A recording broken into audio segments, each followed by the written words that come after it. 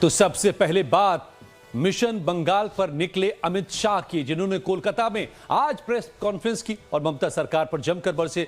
कहा कि 15 साल में बंगाल भय, भ्रष्टाचार और घुसपैठ का शिकार हुआ है। शाह ने दावा किया कि 2026 में बीजेपी की सरकार बनने पर घुसपैठियों को चुन चुन कर बाहर किया जाएगा, विकास को तेज किया जाएगा और बंगाल की सांस्कृतिक विरासत को फिर से जीवित किया जाएगा। प्रेस कॉन्फ्रेंस में अमित शाह का लहजा शांत और सधा हुआ था। एक तरफ वो एक एक कर ममता सरकार के 15 साल की खामियां गिना रहे थे, तो दूसरी तरफ बंगाल बीजेपी की तरफ से बंगाल में बदलाव और विकास के वादे भी कर रहे थे। तो चलिए आपको एक एक करके सुनाते हैं कि अमित शाह ने कोलकाता में किस अंदाज में कौन कौन सी बातें रखी और पश्चिम बंगाल के वर्तमान और भविष्य का कौन सा खाका सामने रखा। लेकिन सबसे पहले जान लीजिए अमित शाह की कही आज की 10 बड़ी बातें।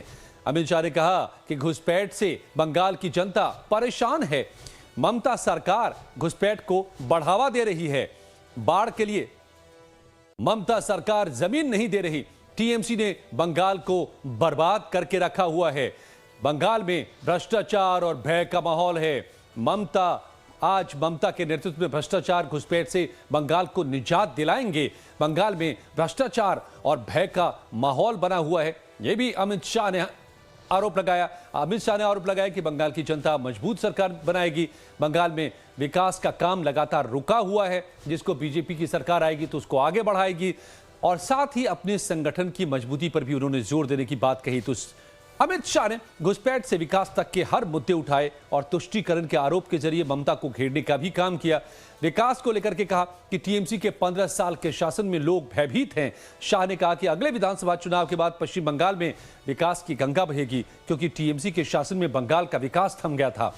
मोदी सरकार देश में गरीबी का उन्मूलन कर रही है, तो बंगाल में भी सभी योजनाएं डेड एंड पर पहुंच गई हैं। यहां पर योजनाएं लागू नहीं होती। जो पश्चिम बंगाल कभी देश की जीडीपी में सबसे आगे था, अब भ्रष्टाचार और घुसपैठ के लिए जाना जाता है। सुनिए।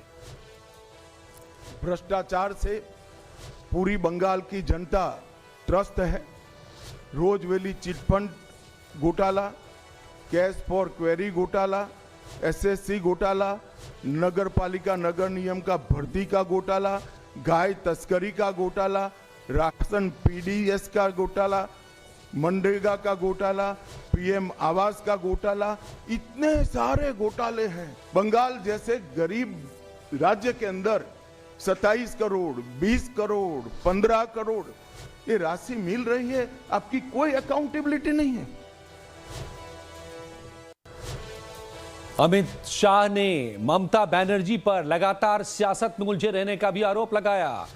कहा कि टीएमसी ने वोट बैंक की राजनीति के कारण संसद में वंदे मातरम पर चर्चा का विरोध किया। सुनिए। पूरे हमारे आजादी के आंदोलन का प्रेरणा गीत बना वो वंदे मातरम की चर्चा का तृणमूल कांग्रेस विरोध कर रही है, क्योंकि उनकी वोट बैंक इससे नाराज हो रही है। ये बंगाल की जनता कभी सहन नहीं करती। एक जमाना था मित्रों कि भारत के जीडीपी में बंगाल का योगदान 10.5% था और तीसरे नंबर पर था। जीडीपी में योगदान की दृष्टि से हमारा बंगाल तीसरे नंबर पर था। तीसरे नंबर पर से सरक कर ये 49 साल में वो 22वें नंबर पर आ गए। अब नीचे कोई जगह ही नहीं बची।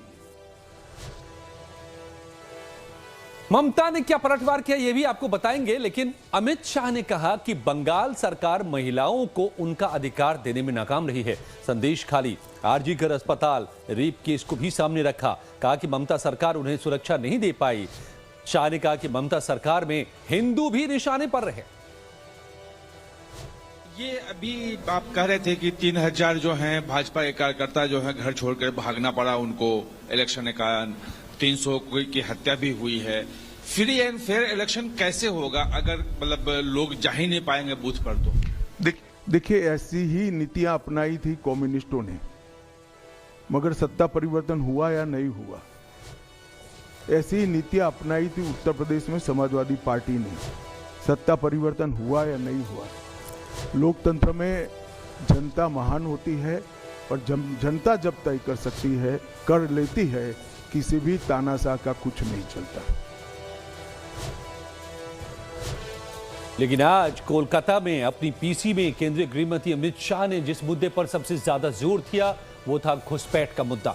शाह ने यहां तक कहा कि पश्चिम बंगाल का चुनाव घुसपैठ के मुद्दे पर ही लड़ा जाएगा। शाह ने बंगाल के लोगों को भरोसा दिलाने की कोशिश करते हुए कहा कि बीजेपी के सभी कार्यकर्ता पश्चिम बंगाल की जनता को यह आश्वासन देना चाहते हैं और वादा भी करते हैं कि पीएम मोदी के नेतृत्व में बंगाल में बीजेपी की सरकार बनने के साथ ही यहां की विरासत को हम पुनर्जीवित करेंगे, एक ऐसी मजबूत राष्ट्रीय ग्रिड बनाएंगे जो बंगाल से घुसपैठ को पूरी तरह खत्म कर देगी।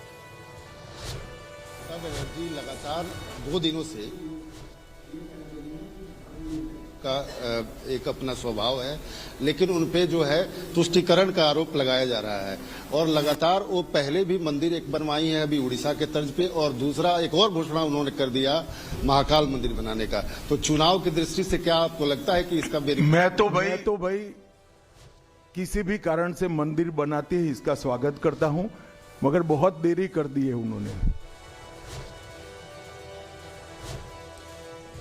तो मंदिर से लेकर के और मस्जिद तक के तमाम सवाल यहां पर उठे। कुल मिलाकर शाह ने यह बताया कि ममता सरकार के 15 सालों में फैक्ट्रियां बंद हुई, घुसपैठ बढ़ा, केंद्रीय योजनाओं को बंगाल में जमीन पर नहीं उतरने दिया गया और ममता की सरकार हिंदू विरोधी है। साथ ही शाह ने बंगाल की जनता से अपील की कि 34 सालों तक लेफ्ट पार्टियों को मौका दिया, 15 सालों तक टीएमसी को मौका दिया, तो अब कम से कम एक बार 5 साल के लिए बीजेपी को मौका देकर देखिए, बंगाल की सूरत और बदल जाएगी। यहां पर विरासत और विकास को हम पटरी पर लौटा देंगे। तो ये तमाम दावे अमित शाह ने किए, तो उधर ममता बनर्जी ने भी पलटवार किया मिशन और सीधे ममता बनर्जी ने हमला करते हुए कहा कि आई डोंट केयर। उन्होंने शकुनी और दुशासन का भी उदाहरण दे दिया बीजेपी को लेकर के और चुनाव आयोग के खिलाफ भी चेतावनी दी। कहा कि अगर एक भी वैध वोटर का नाम हटाया गया तो दिल्ली और पश्चिम बंगाल में हम प्रदर्शन करेंगे। ঘরে বসে নাম কাটছে এআই দিয়ে, একদিন দেখবেন আপনার নামটাই কেটে গেছে। আমি আজও বলে যাচ্ছি, একটা ন্যায্য লোকের নাম বাদ দেওয়া যাবে না। আজ যদি দেন, আন্দোলন কিন্তু দিল্লিতেও হবে, আন্দোলন কিন্তু বাংলাতেও হবে।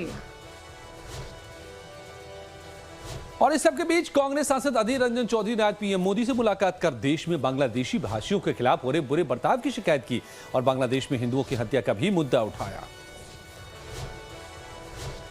While staying in those states, now they are being subjected of various kind of violence, torture, persecution, discrimination.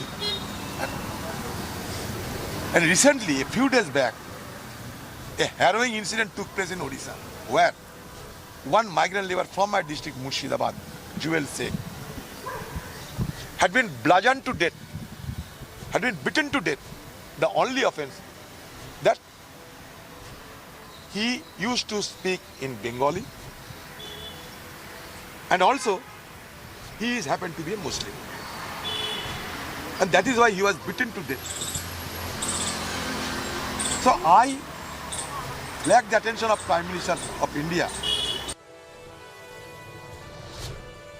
तो पश्चिम बंगाल की लड़ाई कोलकाता से आज दिल्ली में भी जारी रही। आपने सुना क्या कह रहे थे पीएम से मुलाकात के बाद अधीर रंजन चौधरी। उधर महाकाल मंदिर बनाने के ऐलान पर शिवराज सिंह चौहान ने भी ममता बनर्जी पर निशाना साध दिया।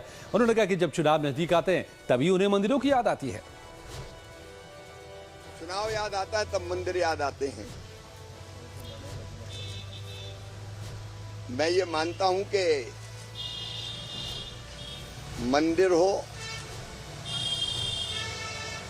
या बाकी धार्मिक गतिविधियां, ये आस्था के विषय होते हैं। जब इन सब धार्मिक संस्थाओं पर हमले होते हैं तब ये लोग चुप रहते हैं। चुनाव आते ही कई लोग त्रिपुंड लगाने लगते हैं, हनुमान चालीसा का पाठ करने लगते हैं, दुर्गा सप्तशती का पाठ याद आता है। मैं समझता हूं कि जनता इस सच